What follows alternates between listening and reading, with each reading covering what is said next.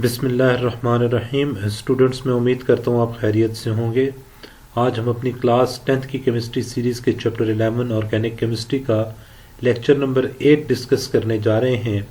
और आज के इस लेक्चर में हमारा टॉपिक ऑफ डिस्कशन होगा uses of organic compounds. Students, हमने लास्ट दो लेक्चर जो देखे थे, लेक्चर नंबर 6 और 7, उसमें हमने सोर्सेज ऑफ ऑर्गेनिक कंपाउंड के बारे में बात की थी। और हमने उसमें देखा था कि जो ऑर्गेनिक कंपाउंड्स हैं वो लिविंग ऑर्गेनिज्म की बॉडी में भी सिंथेसाइज होते हैं, या हम इसको कहेंगे लिविंग ऑर्गेनिजम्स भी ऑर्गेनिक कंपाउंड्स को नेचुरली सिंथेसाइज करते हैं। और इसके अलावा ऑर्गेनिक कंपाउंड्स की एक बहुत बड़ी तादाद हम लेबॉर्ट्री के अंदर सिंथेसाइज करते हैं। तो ऑर्गेनिक कंपाउंड्स जो हैं, इनकी इतनी जब इनमें इतनी ज़्यादा वैरायटी है और इतनी तादाद है, तो उसका फिर हमारी ज़िंदगी के तकरीबन तमाम ही शुबों में कहीं ना कहीं इस्तेमाल ज़रूर मौजूद है।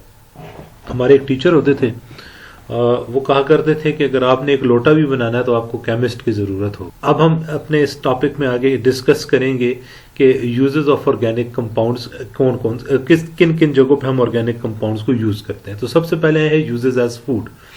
स्टूडेंट्स, हम जो खुराक खाते हैं वो कार्बोहाइड्रेट्स, प्रोटीन्स, फैट्स, वाइटामिन्स पर मुश्तमिल होती है। और ये सारी चीज़ें ऑर्गेनिक कंपाउंड्स हैं, ये हम एनिमल और प्लांट से ले रहे होते हैं। तो हम जितनी भी चीज़ें खा रहे हैं, चाहे वो हम वेज हैं या नॉन वेज हैं, वेजिटेबल्स खाते हैं या गोश्त खाते हैं, हमारी जितनी भी फूड आइटम्स हैं वो कार्बोहाइड्रेट्स, प्रोटीन्स, फैट्स और वाइटामिन्स इन्हीं की कैटेगरी में फॉल करती हैं।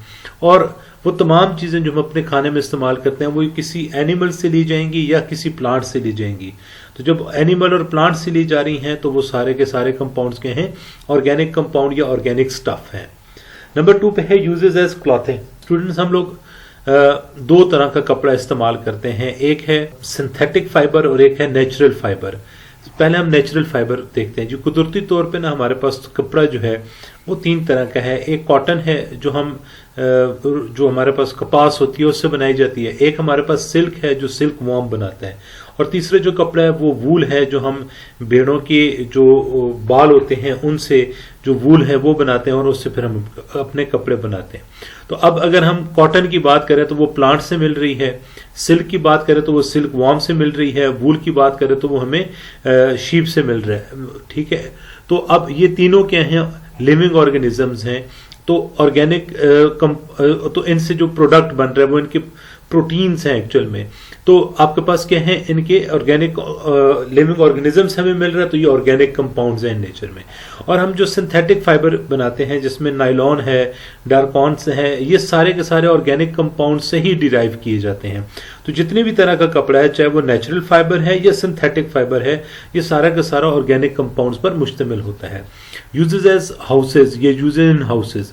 स्टूडेंट्स, हम जो लकड़ी इस्तेमाल करते हैं अपने घरों को बनाने के लिए, अपने घरों में फर्नीचर को बनाने के लिए या अपने घरों में इवन जलाने के लिए, ये सारी की सारी हम प्लांट से ले रहे होते हैं और ये सेलुलोज से मिलकर बनी होती है। तो सेलुलोज एक ऑर्गेनिक कंपाउंड है, पॉलीसेकेराइड है।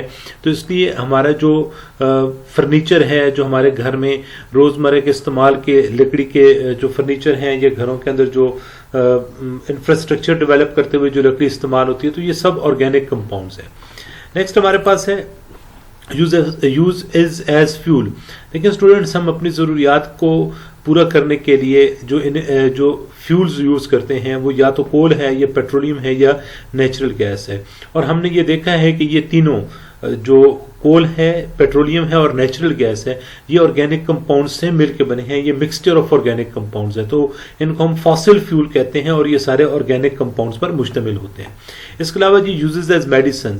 तो एक लार्ज नंबर ऑफ मेडिसिन हैं जो हम डायरेक्टली नेचर से लेते हैं या हम उन्हें लेबॉर्ट्री में प्रिपेयर करते हैं, और वो आपके पास ऑर्गेनिक कंपाउंड्स है। जैसे एक एंटीबायोटिक है पेनिसिलिन, ये हम एक फंगस से लेते हैं, फंजाई से लेते हैं। और जो बहुत सारी लाइफ सेविंग मेडिसिन और एंटीबायोटिक्स जो हम लेबॉर्ट्री में बना रहे हैं वो भी सारे ऑर्गेनिक कंपाउंड्स हैं। इसके अलावा organic compounds as raw material in different industries. Organic compounds को हम डिफरेंट इंडस्ट्रियल प्रोडक्ट्स और डिफरेंट इंडस्ट्रीज में इस्तेमाल करते हैं एज अ रॉ मटेरियल उसमें। और वो जो हम इनसे प्रोडक्ट्स ले रहे होते हैं उनमें पेंट्स आते हैं, डाइज आते हैं, पेस्टिसाइड्स आती हैं, वार्निशेस आते हैं, फाइबर्स आते हैं। तो सो मैनी इनकी वास्ट एप्लीकेशंस हैं।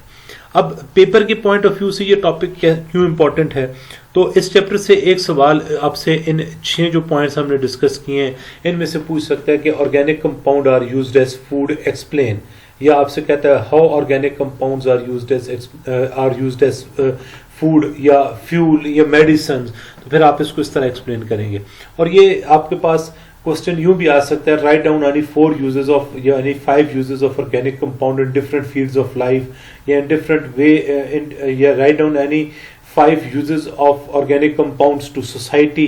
तो इस तरह से ये क्वेश्चन आपसे पूछा जा सकेगा। मैं उम्मीद करता हूँ आपको ये बातें समझ आई होंगी। किसी किस्म को क्वेश्चन हुआ तो उसे कमेंट में लिखिएगा, आपको जरूर आंसर मिलेगा। Thank you very much.